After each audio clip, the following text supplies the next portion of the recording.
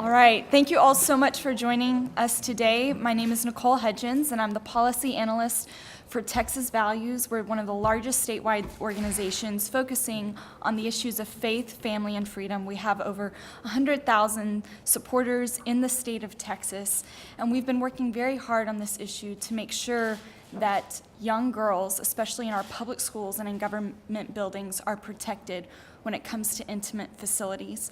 You've heard of the Texas Privacy Act, which is the official name of the bill. The Senate has already passed their version of the bill. It's been sent over to the House, but there is also Representative Ron Simmons' bill, HB 46, which sadly Chairman Cook and Speaker Strauss have refused to allow to be heard. There have been rallies where pastors, Texans from all over have come and asked for this bill to be heard and for the House to vote on this issue. Today you're going to be hearing from legislators, you're going to be hearing about some important polling results, and you're also going to be hearing from Texans who have been directly affected by this issue. So thank you so much again for being here, and I'm going to pass it over to Representative Ron Simmons. Thank you, Nicole. Again, I want to follow up on Nicole. Thank you all for coming out this morning. You know, we're in the middle of special session, and special session means that there are items that the governor has specifically said he wants to accomplish. And in this state, one of those items is the protection of our daughters and our wives, and to making sure that we're treating everybody with dignity. Bills were filed to be able to do that. A very common sense approach. House Bill 46 is a very common sense approach that just essentially says this issue relating to privacy facilities needs to be handled at the state level. If there is a policy that's to be put in place, it needs to be in a statewide scenario. And until then, we need to make sure that our political subdivisions like cities and school districts don't put into place policies that forces, for example, our school-aged children to shower together. And I know that seems unrealistic that would happen, but believe me, that will happen if this bill doesn't pass. That is going to happen in the next 2 years. You can mark my word of that. It will happen in some school district in Texas that just doesn't have the common sense to be able to understand this particular issue. Case law is very clear on this issue that we have an expectation of privacy in various stages of undress against the opposite sex.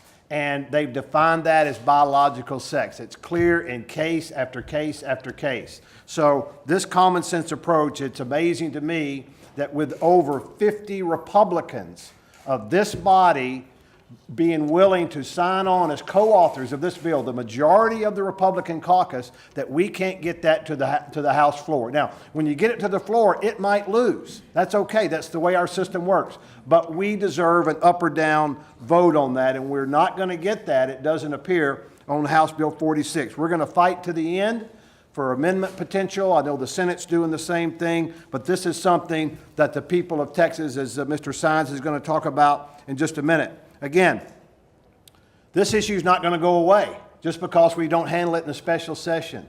This issue will be here, and it's going to continue to be an issue for the people of Texas. If we don't deal with it now, we're going to have to deal with it later, and we're going to have to deal with it after there already has been a continuation of instances that are not in the right manner for our children and our daughters and our mothers. So I just want to thank you. I want to thank my colleagues for supporting this legislation. It hasn't been the easiest thing to do. There's a lot of stuff that goes on in the sausage making of our government that's not very pleasant. And this has been one of those experiences. While the issue is important, and I count it all joy that I'm able to be out in front on this, behind the scenes, it has not been pleasant for some of my colleagues to be supportive of this. So I want to thank them for that. I want to thank you families for coming out. I want to thank Texas Values for what they've done to support this. The over 1,000 pastors and their congregations that support this. This is an issue for Texas. This is an issue that we need to get solved today. Thank you very much. I'm going to now introduce fellow colleague, Dr. Tom Oliverson. Appreciate that. Thank you very much, Representative Simmons. As many of you know, I've been a vocal supporter of this bill during both sessions. I have a wife and a daughter, and their privacy and safety is important to me. But today, I want to talk specifically to those of you out there who think this is a non-issue and wish it would go away. And I want to tell you exactly why that won't happen and why you should also support House Bill 46. The 1964 Federal Civil Rights Act ended the longstanding practice of local entities and businesses enacting policies of discrimination against people, and rightly so. Its principles are enshrined in our state constitution, forever removing the ability of local entities to wade into civil rights issues on their own and ensuring the protections of many Americans. But some 50 years later, we find ourselves in the unenviable position of having not been quite clear enough on the issue. Today, local entities are attempting to circumvent the state's role in determining protected classes by creating their own civil rights policy. Recognizing new protected classes based on the prevailing wisdom of a few without going through the proper channels actually lessens the strength of protected classes as a whole. As cities and school boards create their own policies, who is and who is not protected from discrimination becomes inconsistent. As these inconsistencies rise, we drift back to the confusion that the 1964 Federal Civil Rights Act sought to clear up. Those who are protected from discrimination should be protected everywhere, not in random places around the state. But by continuing to allow this practice, we weaken the state's ability to dictate clearly what characteristics and what groups should be protected from discrimination.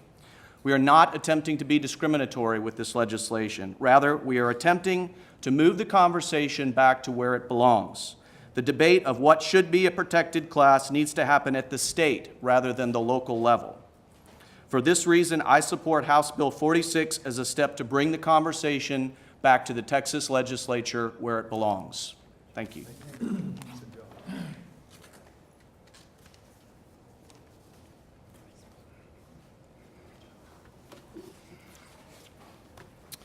Good afternoon. My name is Jonathan Sines. I'm president of Texas Values Action, a statewide organization. We work on faith, family, and freedom issues. And a lot of times we will highlight things as they relate to what voters think about these issues. So one of the things that we're doing today, we're releasing a survey. This statewide survey confirms that an overwhelming support by Republicans for the Privacy Act exists. Over 78% of survey results from Texas primary voters indicate that they support legislation that keeps men from using women's bathrooms. And despite a campaign by the media, by big business, by liberal activists, the results of this survey clearly demonstrate that Republican primary voters care deeply about protecting privacy and that this issue will be an important issue that's a factor when they cast their vote in the March primaries. As a matter of fact, the question 3 on this survey was about that specific issue, where people that were surveyed were asked whether their candidate's position on this issue would matter to them when they go to vote for their legislator in the 2018 Republican primary. And the results were that 78.8% said that if they supported protecting privacy, that it would matter to them. And if they did not support protecting privacy on this issue, that 78% of them would not support electing that candidate for re-election. And so this survey was conducted on August 7th and 8th, just a week or so ago, and over 1,500 respondents were a part of this survey. You can find the results of this survey, also the specific questions that were asked in this survey are going to be available on our website. They're also going to be available here at the table for the press to take with them. We'll have it electronically as well. And the reason why this survey was conducted and why people care about this issue is because I think many of them are in disbelief that with the amount of support from the Republican Party of Texas and other Republican voters, Republican majority in the House, a bipartisan support in the Senate, that you've got one member of the Republican legislature, Byron Cook, that is blocking this legislation from even having a hearing.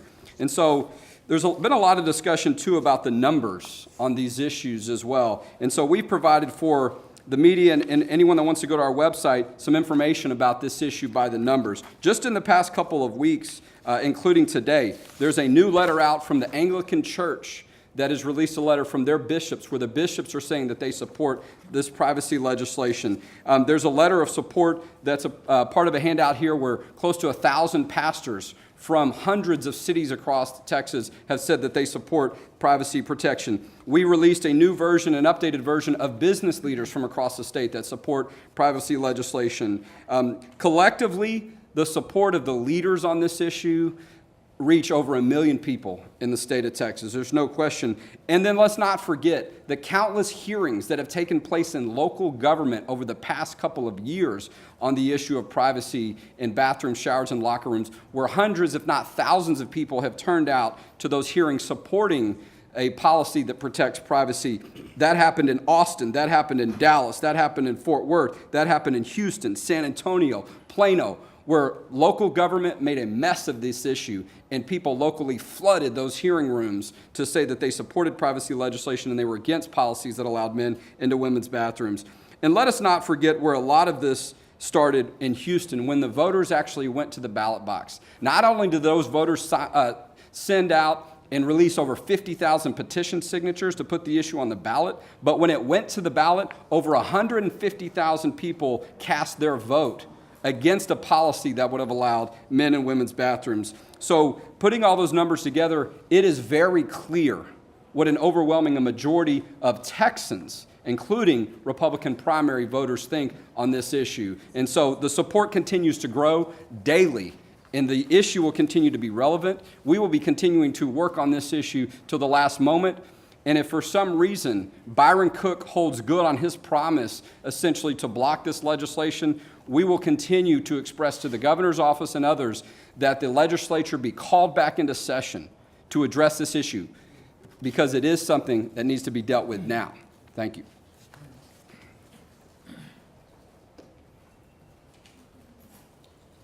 We're going to welcome up Dave Welch from Texas Pastor Council. Thank you. My name is Dave Welch, president of the Texas Pastor Council. I am here to represent and speak for the nearly 1,000 pastors across the state of Texas, from congregations of literally 50,000 to 50 of every color and every corner of Texas, who have spoken up consistently and supported this legislation through the entire legislative, regular and special sessions. I'm also one of the Houston Five, who was subpoenaed by the mayor of Houston, along with others, for daring to stand up and speak out on behalf of the true victims of these local ordinances that are popping up all across Texas that threaten the safety and the privacy and the freedom of innocent women and children. And it is for that reason that we spoke up. Pastors are not looking to get more involved politically on various kind of issues. They have busy schedules.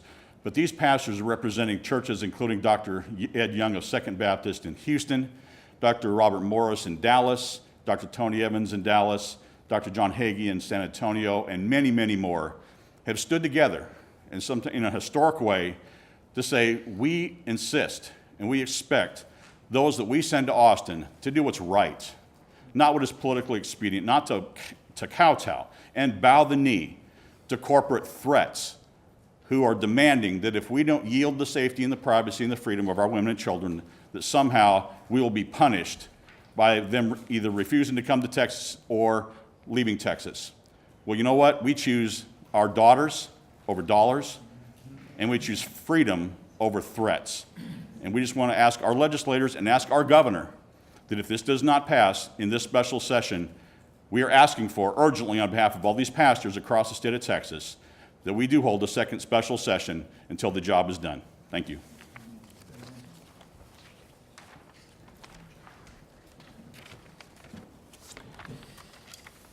My name is Rob, and this is my daughter Shiloh, and we love all peoples, all tribes, tongues, nations, and people, men, women, boys, and girls. And this situation is not about loving others or not loving others. This is about that all people need privacy. They need a place of safety, a place of dignity. And as we were entering into this conversation that we were forced into in living in Dripping Springs, we asked our kids what they thought about if they were going to have to share the bathroom with somebody of the opposite sex. And so we asked, not politically, we asked how this is going to impact our family and what our kids thought about this. And so, Shiloh, how do you feel about sharing the bathroom with a little boy? Well, first off, it would make me very uncomfortable considering bathrooms should and are based on what you are biologically born as. But right now, it's not. It's based on what you want to be, and I don't think that's right. So I'm asking the Speaker of the House to please let this go to vote and trust the people that that were selected for House representatives to make the right decision on the vote. And so I just would feel very uncomfortable, and so I think he should take this under consideration and let the House vote and help me and protect me. Thank you. As a husband and as a father of two and as a Texan, since we've been visible on this topic, people are coming to us, children and men and women, and they're saying, we feel the exact same way. Texans are saying they want their privacy and dignity protected. They don't want to share the bathroom with somebody of the opposite sex. The Senate has said that we are for this bill. The House right now has an opportunity to vote for this, but Speaker Strauss and Chairman Cook are not letting this come to a vote. And who are they? What do they represent? First, they represent Texans. Texans are in favor of this. Second, they are there to be in this position and allow our elected officials to vote on this. But for some reason, Speaker Strauss and Chairman Cook, they don't want to let it go to a vote because I think that they're either being influenced by someone else or they don't trust the people that the Texans have voted to be in that position. And so just like Shiloh, in love and in grace and in mercy and caring for everybody around us, we want this to go to a vote. And we want to protect the privacy and dignity of children, young boys, young girls, women, and men. And I can tell you as a husband, my wife feels the exact same way. She does not want to share the bathroom with a boy. And also, when we're talking about schools and athletic events, to have the potential of there being showers and locker rooms that would be impacted by this bill, we want there to be privacy there too, not just in the bathrooms. Thank you so much. And Texans, we're asking you to speak loudly on this. This is an important, important bill. Thank you. Because my daughter's here and she's a minor, we're not giving our last name to protect her. By the way, in speaking to representatives in the House, many people are saying they're for this bill, but they're not saying anything about that publicly because they're being threatened. There's been death threats. And so we're not going to release our last name. We want to protect minors. But imagine that on a bill like this, there's death threats to our representatives. And I want to thank these men and women here today because they're publicly taking a stand to say this is right, and they're putting themselves in the public eye saying this is a bill that we stand for. Thank you, though. We're going to take Thank you for your time. Yeah, we're going to take questions at the end of the press conference. We're going to address the questions at the end of the press conference. Go ahead. Representative Swanson, did you